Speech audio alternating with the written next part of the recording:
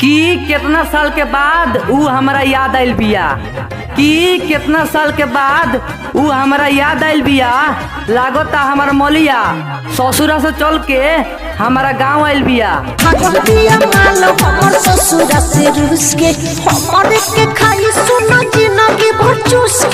संतोष जी के माल ही बवाल करेले, संतोष जी के माल ही बवाल करेले। अब पुलिस और थाना से सवाल करेले। ए भाई विश्वास ना हो तो केहू से पूछ लियो, गोपालगंज जिला के लड़का से प्यार करेले।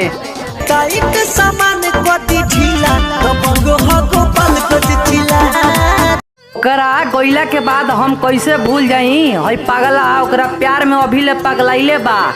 ओकरा गइला के बाद हम कैसे भूल जाई, हई पागला ओकरा प्यार में अभी ले पगलाइले बा। ऊ बारात में हमार ओठ कटले रहे, ऊ तो अभी ले दगियाइले बा।